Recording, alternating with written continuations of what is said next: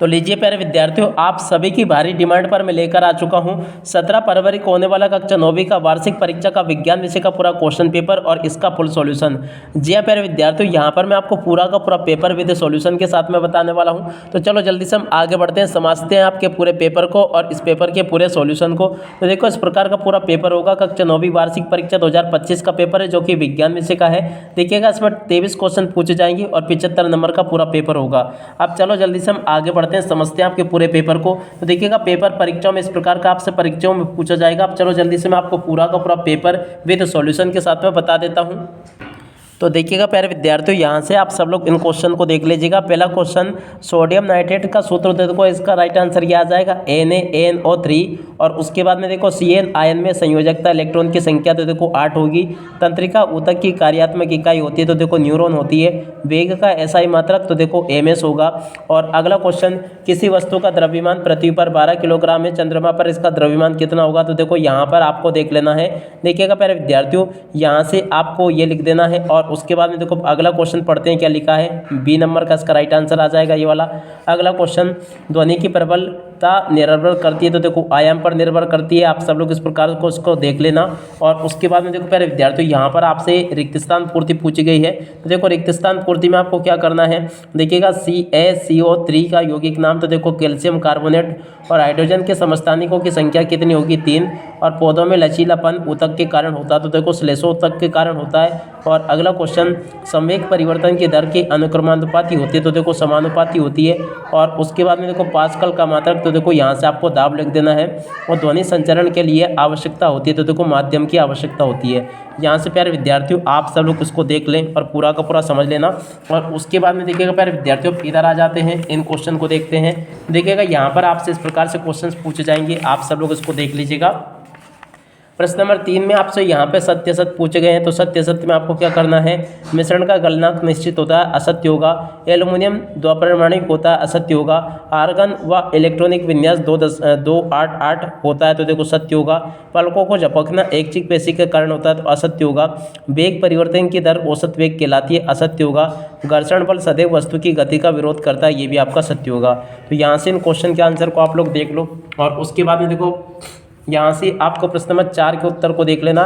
जल की जोड़ के मिलान यौगिक से कर लेना, नमक की जोड़ के मिलान NaCl से, रोग की जोड़ के मिलान आयोडीन से, और पत्तियों में भोजन का परिवहन तो देखो फ्लोएम से, और गति का तृतीय नियम की जोड़ी क्रिया बराबर प्रतिक्रिया से, और वस्तुओं पर क्रियाशीलता तो देखो 9.8 मीटर सेकंड। और इस प्रकार से आप लोग देख लें इसको। यहाँ तक के सभी क्वेश्चन के आंसर मैंने आपको बता दिए। अब चलो जल्दी से हम आगे बढ़ते हैं, आगे के क्वेश्चन और उन क्वेश्चन के आंसर को देखते हैं। तो देखिएगा, यहाँ पर आपसे प्रश्न नंबर 5 में एक शब्द या फिर एक वाक्य में उत्तर पूछे गए, इन क्वेश्चन को भी देख लीजिएगा। प्रश्न नंबर 5 में आपसे क्या पूछे गए हैं। देखिएगा, यहाँ पर आपको सल्फर अणु की परमाणुकता कितनी होगी, 8 होगी। समस्थानिक का एक उदाहरण तो देखो कार्बन 12। और वसा संचित करने वाले ऊतक का नाम तो देखो वसा ऊतक। और गति मापने की इकाई तो देखो मीटर प्रति सेकंड। और वस्तु की स्थिति, गति एवं आकृति में परिवर्तन करने के लिए किए गए प्रयासों को क्या कहते हैं, तो देखो बल कहते हैं। और सामान्य में उसका स्रविता परास तो देखो 20 Hz से 20,000 Hz, इसका राइट आंसर होगा। यहाँ तक के सभी क्वेश्चन के आंसर बता दिए। अब चलो प्यारे विद्यार्थियों, मैं आपको प्रश्न नंबर 6 से लेकर लास्ट तक के सभी क्वेश्चन के आंसर बता देता हूँ। देखिएगा प्यारे विद्यार्थियों, प्रश्न नंबर 6 का उत्तर ये लिखा है, निक्षेपण किसे कहते हैं। इस क्वेश्चन के आंसर को यहाँ से देख लें और पूरा का पूरा इसको याद कर लेना, ठीक है। अगला क्वेश्चन पूछा है, देखिएगा, समांगी मिश्रण किसे कहते हैं। देखो प्यारे विद्यार्थियों, समांगी मिश्रण की परिभाषा को यहाँ से देख कर लिख दो, ये बता दिया मैंने आपको, ठीक है। यहाँ से आप सब लोग समांगी मिश्रण की परिभाषा को लिख लेना और पूरा का पूरा इसको समझ लेना। टोटली प्यारे विद्यार्थियों, आपको मैं सभी के सभी क्वेश्चन के आंसर बताऊंगा। एक भी क्वेश्चन का आंसर प्यारे विद्यार्थियों यहाँ से आपका नहीं छूटेगा। और प्रश्न नंबर 7 का उत्तर मैंने आपको बता दिया। 7 के बाद में देखो प्यारे विद्यार्थियों, प्रश्न नंबर 8 को देखते हैं। निम्न सूत्रों के लिए सूत्र लिखिए। तो देखो प्यारे विद्यार्थियों, ये आपसे प्रश्न नंबर 7 के प्रश्न नंबर 8 पूछा गया है।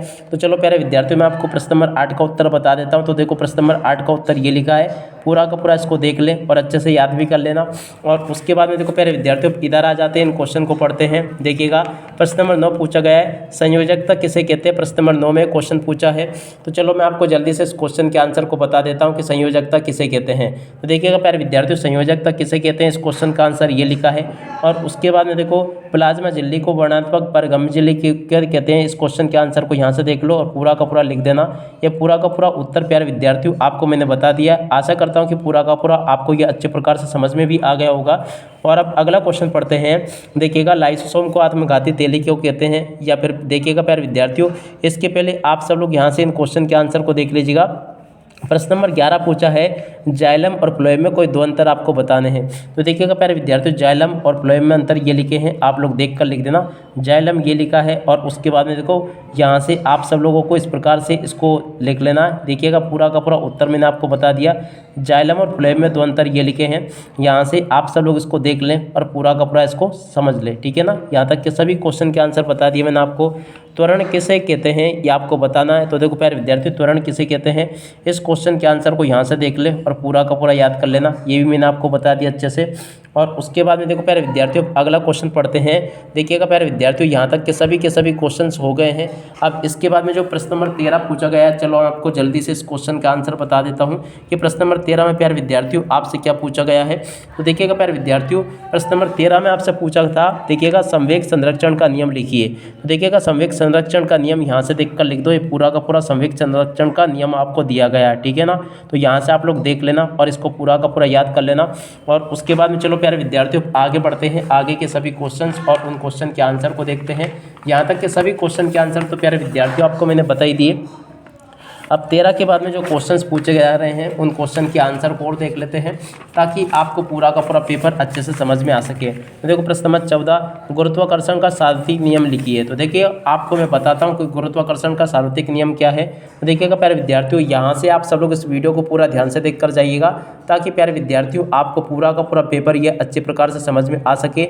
एक भी क्वेश्चन प्यारे विद्यार्थियों यहाँ से आपका मिस नहीं होगा अगर आपने पूरा पेपर अच्छे प्रकार से समझ लिया तो, ठीक है। तो देखिएगा इस क्वेश्चन के आंसर को यहाँ से नोट कर लो। ये गुरुत्वाकर्षण का पूरा सार्वत्रिक नियम है। और अब अगला क्वेश्चन पढ़ते हैं। देखिएगा यहाँ पर क्वेश्चन पूछा गया जब आप साइकिल चलाते हैं। तो देखो ये कौन सा क्वेश्चन होगा, प्रश्न नंबर 15। तो देखिएगा 15वें क्वेश्चन का राइट आंसर यहाँ से देख लीजिएगा। ये पूरा का पूरा प्यारे विद्यार्थियों आपको मैंने उत्तर बता दिया प्रश्न नंबर 15 का। इस क्वेश्चन के आंसर को देख लें और पूरा का पूरा आप लोग हल कर लेना। और उसके बाद में देखो प्यारे विद्यार्थियों अगला क्वेश्चन पढ़ते हैं, प्रश्न नंबर 16। तो देखिएगा 16वां क्वेश्चन पूछा है, देखिएगा ध्वनि की प्रबलता से क्या अभिप्राय है। तो देखिएगा प्यारे विद्यार्थियों ध्वनि की प्रबलता से क्या अभिप्राय है, इस क्वेश्चन के आंसर को यहाँ से देख लो और पूरा का पूरा इसको याद कर लेना, ठीक है ना। ये भी मैंने बता दिया। और उसके अतवाला जो क्वेश्चन है पराश्रव्य ध्वनि किसे कहते हैं, तो इस क्वेश्चन के आंसर को भी यहाँ से देख लो आप चाहे तो, ठीक है। उसके बाद में देखो प्रश्न नंबर 17, मिश्रित फसल के 2 लाभ लिखिए। तो देखिएगा प्यारे विद्यार्थियों मिश्रित फसल के 2 लाभ क्या है, चलो मैं आपको बताता हूँ। तो देखिएगा मिश्रित फसल के 2 लाभ ये लिखे हैं, आप लोग यहाँ से देख लेना और इसको अच्छे से लिख भी लेना, ठीक है। और उसके बाद में देखो प्रश्न नंबर 18, निम्नलिखित को उदाहरण सहित व्याख्या कीजिए। तो जी हाँ प्यारे विद्यार्थियों यहाँ से आपको बताना संतृप्त विलयन, शुद्ध पदार्थ और कोलाइड विलयन।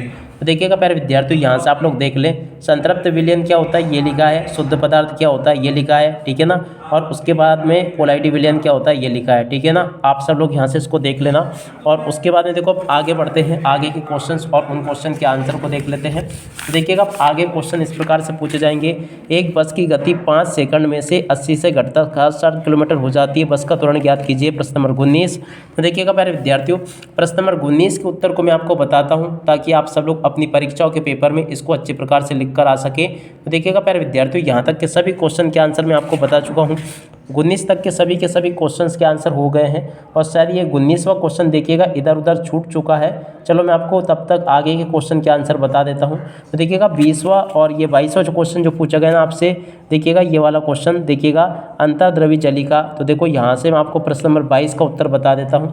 तो देखिएगा यहाँ से आप सब लोग इस क्वेश्चन के आंसर को देख लीजिएगा। प्रश्न नंबर 22 में क्या क्वेश्चन था, देखिएगा यहाँ पर आपसे एक क्वेश्चन पूछा गया था, आप सब लोग इसको देख ले और इसको पूरा का पूरा याद कर लेना। और उसके बाद में देखो प्यारे विद्यार्थियों आगे आपके पेपर में जो क्वेश्चन पूछे गए हैं देखिएगा, जैसे कि ये वाला क्वेश्चन थे ये। और उसके बाद में देखो प्रश्न नंबर 23 जो कि पूछा गया है 40 किलोग्राम द्रव्यमान के लिए। तो देखिएगा प्यारे विद्यार्थियों इस क्वेश्चन के आंसर को यहाँ से देख लो, ये क्वेश्चन का पूरा आंसर होगा प्रश्न नंबर 23 का। तो देखिएगा यहाँ से आप सब लोग प्रश्न नंबर 23 के उत्तर को देख लेना। ये पूरा का पूरा मैंने आपको बता दिया यहाँ तक का। आशा करता हूँ कि प्यारे विद्यार्थियों पूरा का पूरा क्वेश्चन का आंसर आपको अच्छे से समझ में ज़रूर आ गया होगा।